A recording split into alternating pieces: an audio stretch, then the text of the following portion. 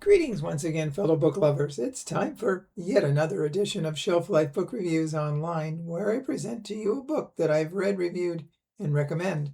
And today's book is Bruins 365, Daily Stories from the Ice by Mike Commito.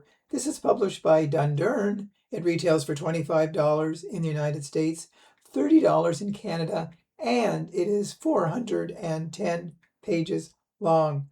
This is part of the 365 series. Mike Commito has already written about the Toronto Maple Leafs and the Montreal Canadiens. And what they mean by 365, actually it's 366, because there is a story for every day of the year, leap year included. So February 29th is also included.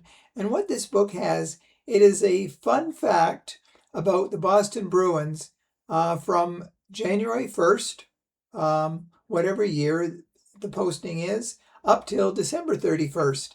And it really looks at the history of the Boston Bruins in this case, and things that have happened on one particular day.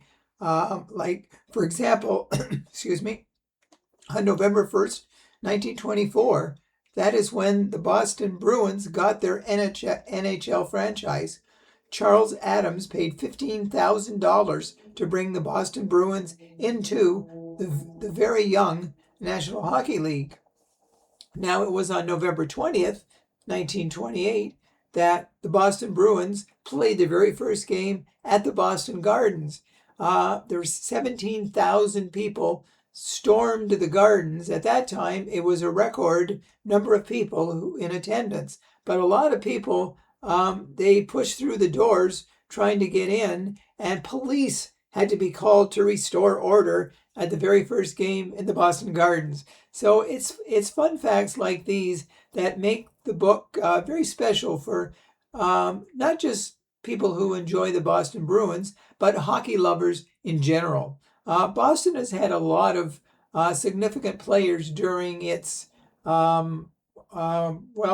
almost 100-year franchise, over 100 years actually. Such people as Bobby Orr, of course. And it was on September 3rd, 1966, that the Boston Bruins signed Bobby Orr. And like they say, the rest is history. Now, a lot of significant things have happened in the career and life of Bobby Orr. For example, he scored his very first point October 19th, 1966. And coincidentally, and very strangely enough, he scored his very last point on the same day, October 19th, 1978. Of course, he had to retire early because of problems with his knees. Now, there are so many other players mentioned here in the book who were part of the Boston team, such as Johnny Bucyk, Phil Esposito, and so many more. Now, even during the summer months when teams weren't playing hockey, there were fun facts that happened on a particular day. Like a player might have been traded during the summer months. He might have been signed during the summer months as well, too. Now, there are also mentions of players' birthdays. So if they were born on a certain day, that's mentioned as well, too. There are a lot of landmark points made. 1,000 points were made by certain players on a specific day.